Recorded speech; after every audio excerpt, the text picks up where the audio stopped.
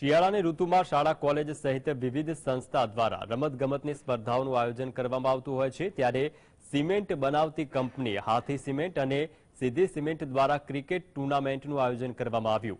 અમદાવાદમાં SP ring road ખાતે યોજવામાં આવેલા ક્રિકેટ ટૂર્નામેન્ટમાં રાજકોટ, બરોડા, ભાવનગર, અમદાવાદ, જૂનાગઢની ટીમોએ ભાગ લીધો હતો, જેમાં સિમેન્ટના ડીલરો તરીકે કાર્ય કરતા લોકોએ ખેલાડીઓની ભૂમિકા ભજવી। ડીલરોમાં રહેલું ટેલેન્ટ બહાર આવે, ફિટનેસ પ્રત્યે જાગૃત થાય તે માટે કંપની દ્વારા છેલ્લા 11 વર્ષથી આ પ્રકારની ટૂર્નામેન્ટનું આયોજન કરવામાં આવે છે।